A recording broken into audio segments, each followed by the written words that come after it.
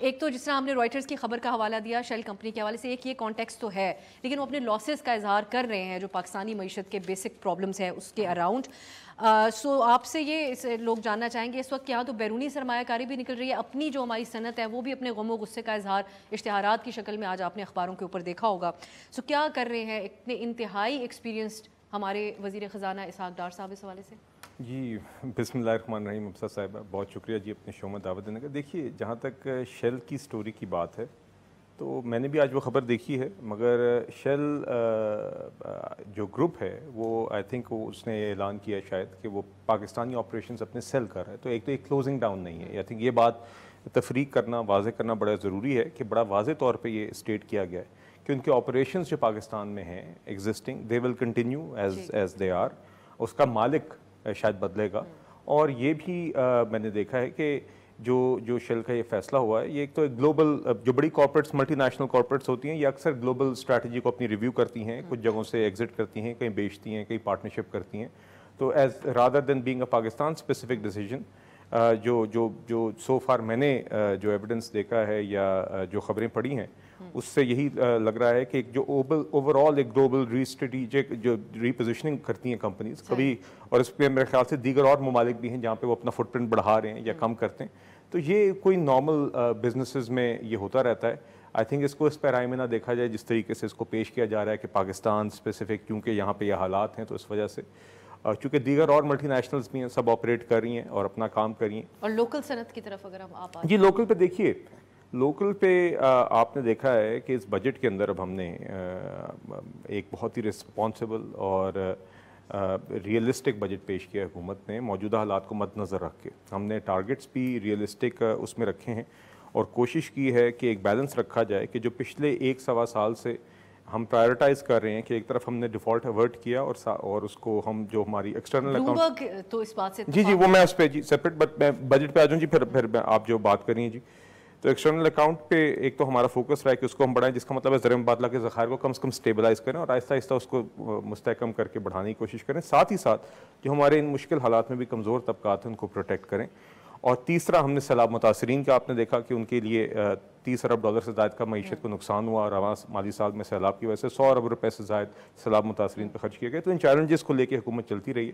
اس budget میں بھی آپ نے دیکھا ہے کہ یہی بیلنسنگ ایکٹ پھر سے ہم پرفارم کریں کہ جو مائکرو اکنامک اسٹیبلٹی کا سفر ہے اس کو بھی جاری رکھیں، مگر ساتھ ہی ساتھ جو آہستہ آہستہ گروتھ انجیکٹ کرنی ہے معیشت میں جس سے روزگار خاص طور پہ اسمال بزنسز ان کے لیے انسینٹیوز بھی رکھے ہیں.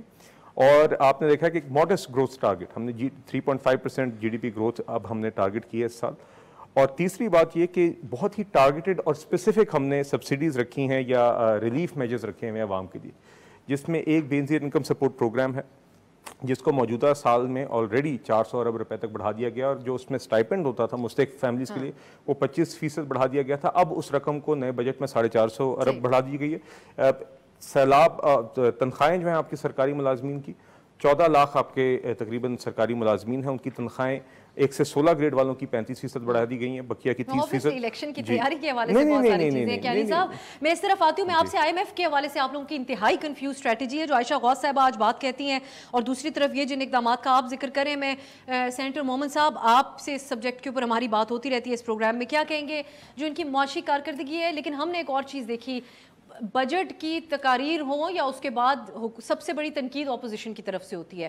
ایک ذمہ داری آپ لوگوں کے اوپر بھی ہو رہی ہے کہ آپ کے ناقص فیصلے کی وجہ سے اسمبلی، قومی اسمبلی بھی آپ لوگوں نے چھوڑی، اسمبلیز بھی ڈیزالو کی. اس وقت ملک کے اندر اپوزیشن نام کی کوئی چیز نہیں ہے جو کہ اپوز کرتی ان کے بجٹ کو، یا پھر اس کے حوالے سے کوئی پریس کانفرنس کی جاتی. ہاں حماد اظہر صاحب ٹویٹر پہ بس کچھ نہ کچھ لکھ دیتے ہیں کہ دیٹس اٹ. دیکھیے بسم اللہ الرحمن الرحیم، اس طرح ہے کہ جو انسان قانون پہ یقین رکھتا ہے، جو انسان آئین پہ یقین رکھتا ہے، جو انسان سمجھتا ہے کہ یہاں پہ کسی قسم کا فیئر پلے ہوگا، وہ اپنے فیصلے اس چیز کے مطابق کرتا ہے.